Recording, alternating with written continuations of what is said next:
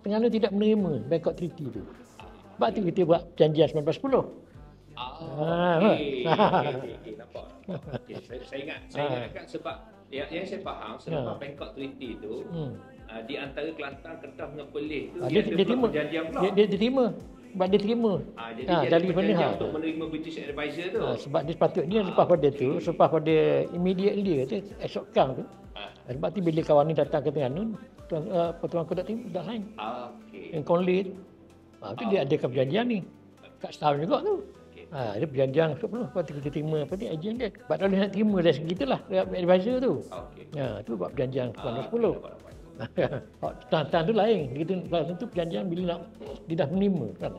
Dia menerima yang tu. Sebab satu lagi kalau tak silap saya, dia ada satu lagi agreement dia gunakan ni, kita tengok Kelantan, Kedah sampai hari ni pun ada konsesian.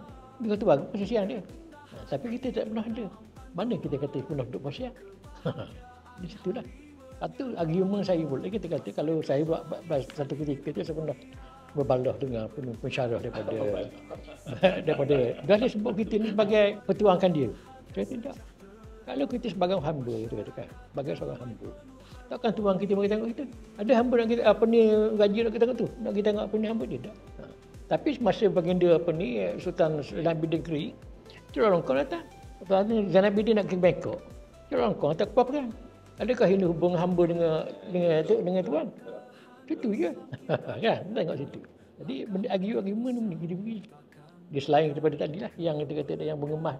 Jadi itulah benda itu. Sebab tu bila ni kita kena pergi balik ni. Macam mana boleh benda ni berlaku tengok situ. Jadi dia terima. Sebab tu bila British boleh accept apa argument tadi, tu buat perjanjian 1910.